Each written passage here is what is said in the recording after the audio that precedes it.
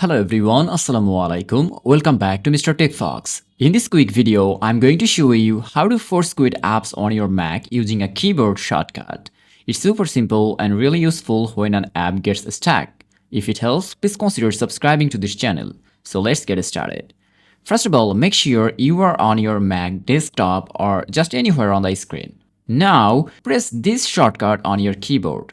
Command, Option, and Escape together. So normally press all three together. I'm gonna press them.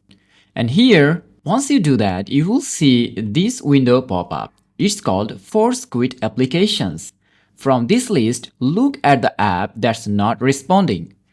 For example, I'm choosing this Safari web browser. And then normally click on the Force Quit button. Now, normally click on this Force Quit button in the bottom right corner of the window. And then a confirmation will appear. Just normally click again on this Force Quit button. And that's it. Here you can see that the app has been force closed instantly. You can use this shortcut anytime an app freezes or stops responding. So thanks for watching. Allah Hafiz.